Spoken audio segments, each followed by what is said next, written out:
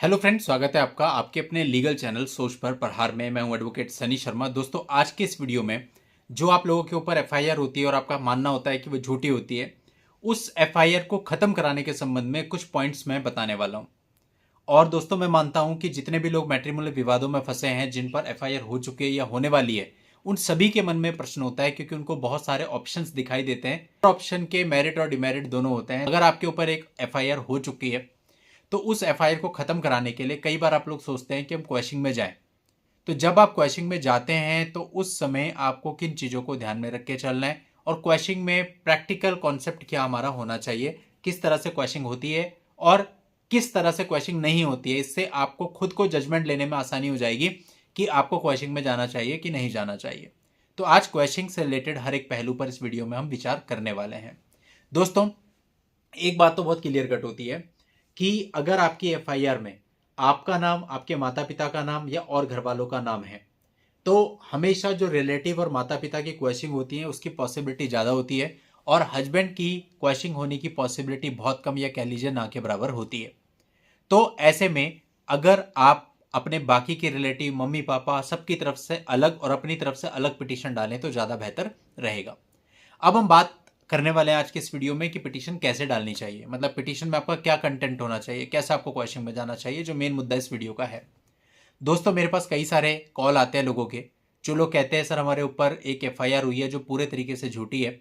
लड़की ने अपनी एफआईआर में जो कुछ भी लिखा है उसकी एक एक लाइन, एक एक वर्ड का सबूत हमारे पास है कि वो सब कुछ झूठा है, ऐसा कभी कुछ हुआ ही नहीं, और ये एफआईआर खत्म हो जाएगी ऐसा उनको लगता है, और वो लोग क्वेश्चन में जाना चाहते हैं। तो दोस्तों, आप क्वेश्चन में कब जाएं? देखिए, अगर आप ये समझते हैं कि लड़की ने जैसे फॉर एग्जांपल लिखा है कि शादी हुई, शादी के बाद मैं इनके घर पे आई, मेरे को दहेज के लिए परेशान किया, और आपके पास कुछ प्रूफ है कि आप उसको कहीं घुमाने ले गए हैं, मूवी दिखाने ले गए हैं, रेस्टोरेंट ले गए हैं, उसके टिकट है, अला फला बहुत सारी चीज़ें आपके पास ही हैं, तो दोस्तों ये कभी भी क्वेश्चन का आधार नहीं होता। क्वेश्चन हमेशा प्राइमा फेसी ग्राउंड पे होती है। प्राइमा फेसी का मतलब होता है आपकी कहानी, स्टोरी, मेरिट के बेस पे कभी क्वेश्चन नहीं होगी।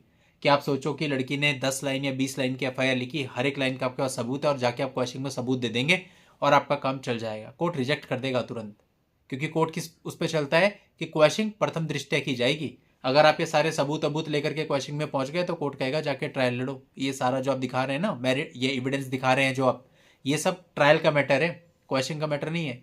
क्वेश्चन पे तो हमें देखना है कि एक बार ऐसे करके एफआईआर को देखें, थोड़ा सा सोचे, और हमें लगे कि एफआईआर गलत है तो हम इसे रिजेक्ट कर देंगे, यानी बिना मेरिट पे जाए क्वेश्चन हमेशा होती है। तो कोर्ट कैसे चलता है क्वेश्चन में? ओवरऑल एक नज़र से एफआईआर को देखने पर कोर्ट को प्रतीत होता है कि ये एफआईआर गलत है, या आप ऐसे कुछ प्राइमा फेसी तथ्य लेकर के आ जाते हैं। कुछ उदाहरण मैं आपको बता दूंगा, हालांकि जो मैं उदाहरण बता रहा हूं हर मामले में एग्जैक्टली लागू नहीं हो सकते, और इसके अलावा भी बहुत सारे मामले के तथ्य और ग्राउंड बनाए जा सकते हैं, बट ये केवल आपको समझाने के उद्देश्य से कुछ एग्जाम्पल दे रहा हूँ। लाइक, आपकी पत्नी 2 साल से अलग रह रही थी और उसके बाद उसने जो है आपके ऊपर एफआईआर करी, ये आपका प्राइमा फेसी ग्राउंड है कि साहब अगर एक्चुअल में प्रताड़ित होती तो ये 2 साल तक अपने मायके में ऐसे ही क्यों बैठी रहती, और 2 साल के बाद इसे याद आया एफआईआर कराना। या फिर आपकी पत्नी ने काफ़ी समय के बाद, आपके डाइवोर्स केस करने के बाद, उसका नोटिस मिलने के बाद ये एफआईआर दर्ज कराई है, तो आप कह सकते हैं कि साहब उसने अपनी तरफ से कुछ किया ही नहीं था, जब मैंने केस दर्ज कराया उसके काउंटर ब्लास्ट में इसने करी है। ये आपका प्राइमा फेसी ग्राउंड हो सकता है।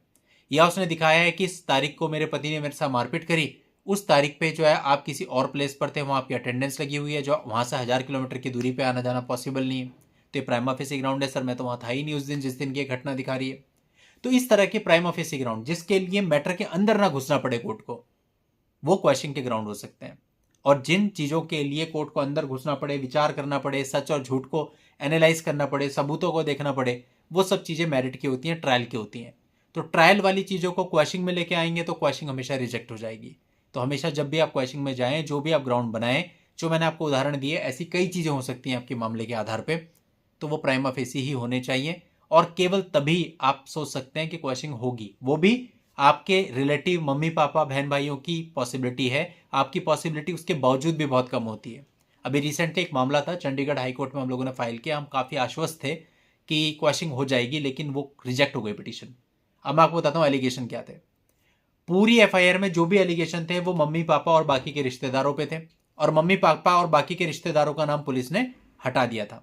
पुलिस ने केवल पति का नाम रखा था, और पति पर कोई एलिगेशन ही नहीं था, ना तो एफआईआर में था, ना तो चार्जशीट में था।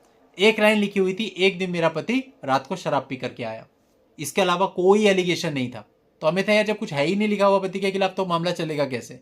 लेकिन उसके बावजूद भी चंडीगढ़ हाईकोर्ट से वो रिजेक्ट हो गई पहली ही डेट पे। सारी क्वेश्चन में आ जाएंगे। मतलब कोई खास कारण उन्होंने बताया नहीं, ये तो वर्बल स्टेटमेंट्स हैं जो मैं आपको बता रहा हूं, लेकिन कोई खास रिटर्न में जजमेंट में कुछ ऐसा नहीं दिया, बस क्वेश्चन नहीं करी, रिजेक्ट कर दी। तो दोस्तों इस तरह की चीज़ें होती हैं। तो इसीलिए जो प्रैक्टिकल बात है वो तो यही है कि हस्बैंड की पॉसिबिलिटी बहुत कम होती है, चाहे आप सच्चे हैं झूठे हैं जैसे भी हैं। तो हमेशा सजेस्टेबल रहता है कि आप जो है, जब तक कि एक्सेप्शनल परिस्थितियां ना हो, अपनी पिटीशन अलग डालिए और अपने परिवार वालों की पिटीशन अलग डालिए। और अगर आपकी क्वेश्चन पिटीशन रिजेक्ट हो जाती है प्राइमा फेसी ग्राउंड पे भी, लेकिन आपको फिर भी लगता है कि हाँ भाई एक्सेप्ट होनी चाहिए थी, तो आप इसके बाद ऑनरेबल सुप्रीम कोर्ट भी जा सकते हैं। अभी रिसेंटली मैंने ही कई सारे जजमेंट अपने पोस्ट किए जिनमें आपने देखा होगा कि हाई कोर्ट से क्वेश्चन रिजेक्ट हुई लेकिन सुप्रीम कोर्ट ने कर दी। तो बस यही है कि अपने एंड पे मिस्टेक नहीं करनी है और ट्राई आपको जरूर करना चाहिए। तो चलिए दोस्तों, आज के इस वीडियो में इतना ही। नेक्स्ट वीडियो में नई जानकारी के साथ मैं आपसे फिर मिलता हूं। तब तक के लिए good bye and thank you for watching. Take care.